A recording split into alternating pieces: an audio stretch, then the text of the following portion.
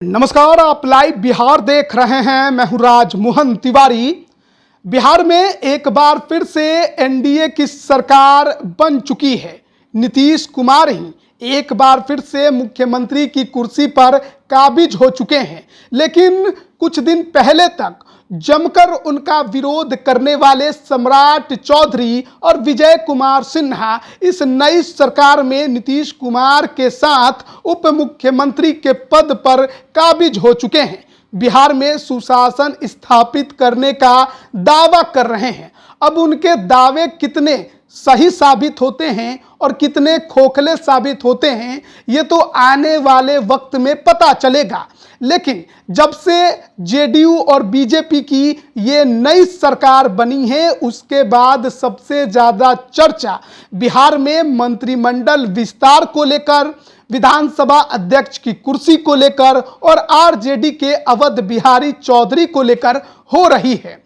आपको बता दें कि 2020 में जब एनडीए की सरकार बिहार में बनी थी, तो सदन के अंदर विधायकों की संख्या के लिहाज से एनडीए में बीजेपी बड़े भाई की भूमिका में थी और इसलिए नीतीश कुमार को विधानसभा अध्यक्ष की कुर्सी बीजेपी के लिए छोड़नी पड़ गई थी। उस दौरान बीजेपी ने विजय कुमार सिन्हा को इस कुर्सी पर बैठाया था और विजय कुमार सिन्हा ने सदन को बेहतर ढंग से खूब चलाया था। सदन के अंदर नीतीश कुमार के साथ उनकी भिड़ंत भी हुई थी, ये हर किसी ने देखा। लेकिन अब वो विजय कुमार सिन्हा सरकार में शामिल हो गए हैं, उप मुख्यमंत्री के पद पर काबिज हो गए हैं।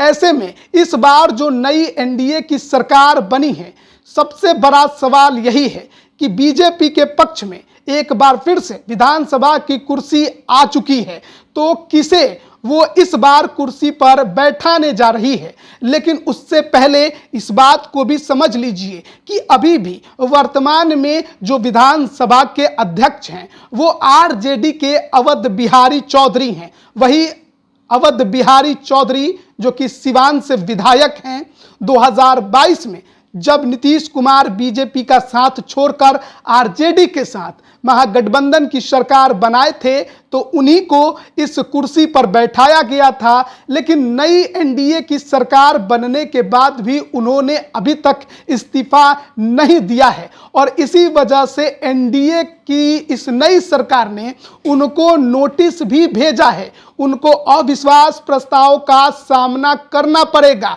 10 फरवरी को इसकी तारीख भी निर्धारित कर दी गई है और ऐसे में अगर अवध बिहारी चौधरी 10 फरवरी से पहले इस्तीफा नहीं देते हैं, तो फिर सदन में बहुमत के जरिए उनको कुर्सी से उतारने की पूरी तैयारी एनडीए के तरफ से कर ली गई है। लेकिन सवाल सबसे बड़ा यह है कि अगर अवध बिहारी चौधरी कुर्सी से हटेंगे तो इस एनडीए की नई सरकार में इस विधानसभा अध्यक्ष की कुर्सी पर कौन बैठेगा। देखिए, बीजेपी के अंदर कई नामों पर चर्चा शुरू हो चुकी है। जो खबर निकलकर सामने आ रही है और जो नाम निकलकर सामने आ रहे हैं वो बीजेपी के कद्दावर नेताओं के हैं, जो पहले भी एनडीए की सरकार में बड़ी भूमिका निभा चुके हैं। सबसे पहला नाम रेणु देवी का है।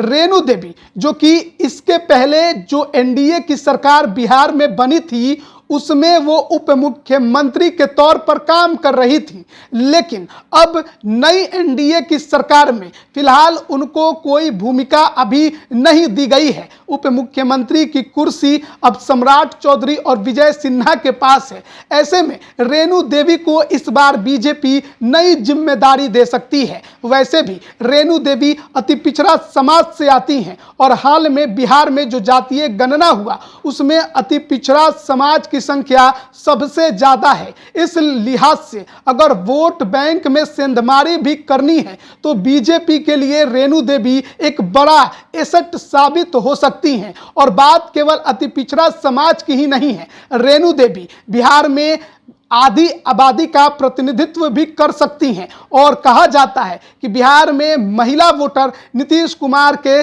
साथ रहते हैं और इसलिए भी नीतीश कुमार भले बिहार में एनडीए की इस नई सरकार में मुख्यमंत्री हों, लेकिन बीजेपी अपने जमीन को मजबूत करने के लिए नीतीश कुमार के इस वोट बैंक में सेंधमारी कर सकती है। और इसके लिए अगर कोई चेहरा फिट बैठता है तो वो रेणु देवी का है। रेणु देवी बीजेपी के राष्ट्रीय उपाध्यक्ष की भी भूमिका निभा चुकी हैं। इसके अलावा जो दूसरा नाम है वो भी बिहार के बड़े बीजेपी कद्दावर नेता का है, जो कि एनडीए की सरकार में कई दफा मंत्री रहे हैं। उनका नाम है नंदकिशोर यादव। नंदकिशोर यादव लगातार पटना साहिब से विधायक रहे हैं और जब से उन्होंने पहली बार विधायक की कुर्सी संभाली उसके बाद कभी भी हारे नहीं हैं। और नंदकिशोर यादव तो पहले भी 2020 में जब सरकार बनी थी उस दौरान भी इनका नाम विधानसभा अध्यक्ष के तौर पर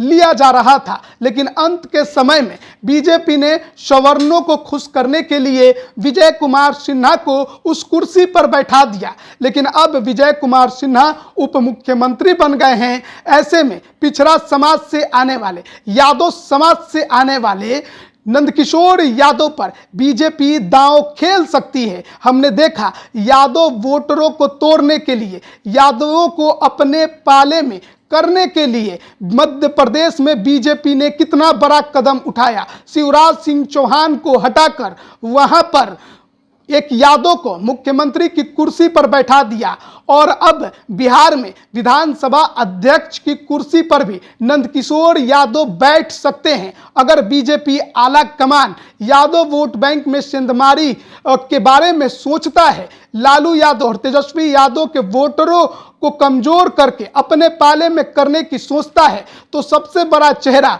अभी विधानसभा अध्यक्ष की कुर्सी के लिए पिछड़ा वर्ग से आने वाले नंदकिशोर यादव का ही है। और जिस प्रकार का अनुभव नंदकिशोर यादव के पास है सदन का, बिहार में बीजेपी के बहुत कम नेताओं के पास है, इसलिए नंदकिशोर यादव के नाम की भी खूब चर्चा चल रही है। इसके अलावा एक और नाम है जिसकी चर्चा चल रही है, वो है अमरेंद्र प्रताप सिंह। अमरेंद्र प्रताप सिंह इसके पहले भी बिहार में जब सरकार एनडीए की थी तो उसमें मंत्री थे, आरा से विधायक चुनकर आते हैं, लगातार वो भी उस क्षेत्र का प्रतिनिधित्व करते रहे हैं, बीजेपी के बड़े कद्दावर नेता हैं।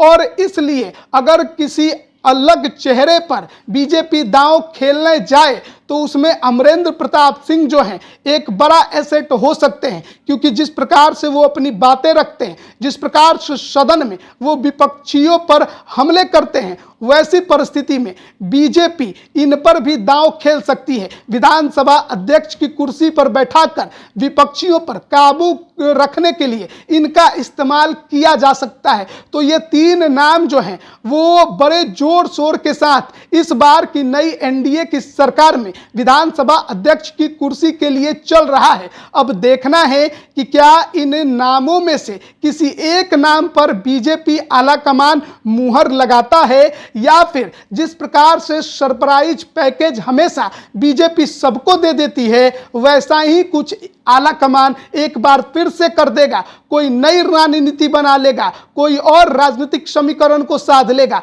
तो देखना बड़ा दिलचस्प है कि इस बार 10 फरवरी को जब विधानसभा अध्यक्ष की कुर्सी से अवध बिहारी चौधरी को हटाया जाएगा, या अगर वो खुद से इस्तीफा दे दें, तो उनके जगह पर आखिरकार इस एनडीए की नई सरकार में किसे विधानसभा अध्यक्ष की कुर्सी दी जाती है। बीजेपी से वो कौन चेहरा होगा जिसे कुर्सी पर बैठाकर बीजेपी नई राजनीतिक समीकरण को साधेगी और आगामी लोकसभा चुनाव को लेकर एक बड़ा मैसेज देने का काम करेगी।